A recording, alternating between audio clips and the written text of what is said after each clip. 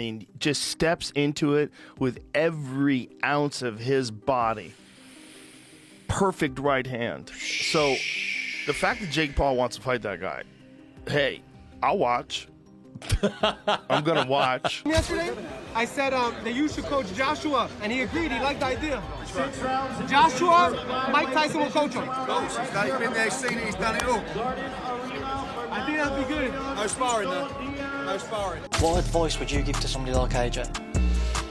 That he has a lot of talent and not to get discouraged. He only loses when he quits. When you quit, all the doors of opportunities close. You know what I mean? You just got to be, you have to be game and then for the don't get discouraged if you lose. Listen, you just lost, you may have got $30 million. Joe Rogan reacts to Anthony Joshua reportedly training with Mike Tyson, saying it shows how seriously AJ is preparing for the Jake Paul fight. Rogan explains that if Joshua enters with that level of training, he can quickly overwhelm Jake due to the size gap and experience difference. He adds that Jake has never faced a truly serious heavyweight boxer before. So, there's not a chance that Anthony Joshua is not going to just lose the weight beforehand. He's not going to come in drained. What he's going to do is just do extra cardio, and that's just going to make him more dangerous. He's going to be terrifying, and he's going to have a lot to prove. He's going to be very angry that Jake Paul wants to fight him. Jake talks about shocking the world and inspiring the next generation. But even while he speaks, his tone reveals how he knows the size difference is on another level. He jokes about needing to look upward just to make eye contact with Joshua. Yet, he still tries to maintain the same energy he always uses before big events.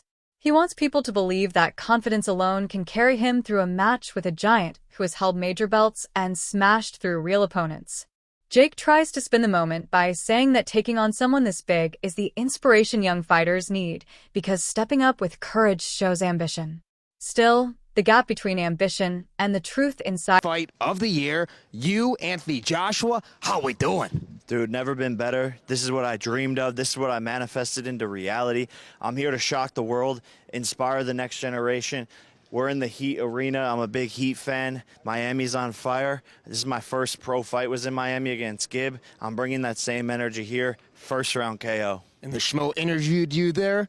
When you fought Gibb, it was on Fight TV. We've been with you along the way. Not very many times you're looking up at a face-off. So what did you make of looking up for one of the very first times at a face-off right here? Just looking up at Daddy there and just seeing, how big he is, and just my eyes were kind of going into his nipples and stuff, which I kind of liked. And then basically I was just like, whoa, he's big in that. And then, I can't believe how tall he is. Is this chain really on the line for the winner? I don't know if it's confirmed, but I'm down. But he has to put something up, too. There has to be something in it for me. You say this is the biggest upset that's going to be in boxing history, right up there with 42-1 with Buster Douglas. Yep. What is the headline going to be when you knock this guy out and he's laying on the canvas? Holy. The size comparison becomes a major discussion point because Jake has always been known as a solid, strong figure in his own divisions. Yet, when Oladipo speaks, he calls this matchup a proper David versus Goliath moment. Joshua does not just stand taller, he carries a frame that has been built through years of heavyweight training and conditioning. And this makes the visual difference almost shocking when both are seen side by side.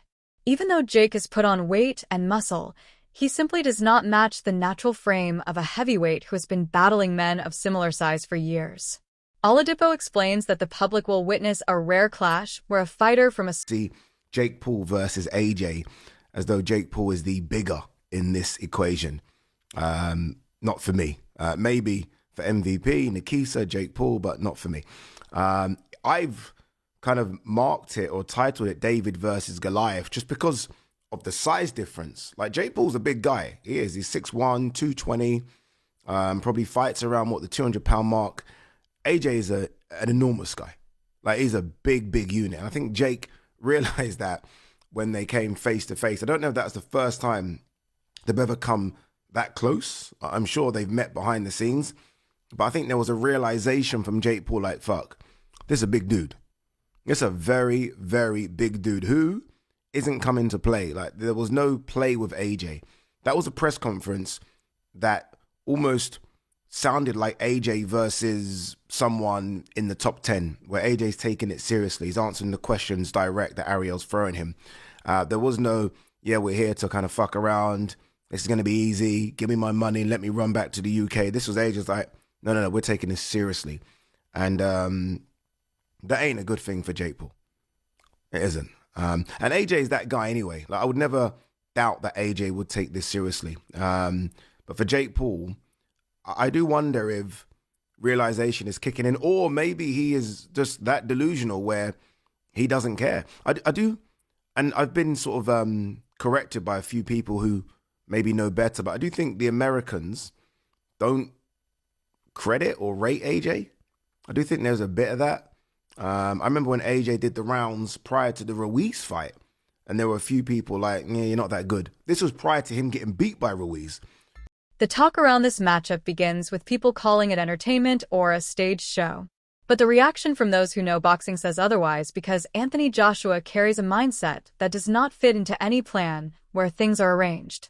His training clips show a heavyweight who is preparing to go inside the ring with clear purpose and no sense of holding back, because this fight is not a showpiece for him. He has spent his career facing real punchers, real contenders, and real pressure. So, he can't enter a ring thinking about putting on a small performance for cameras. On the other side, Jake continues to push a narrative that this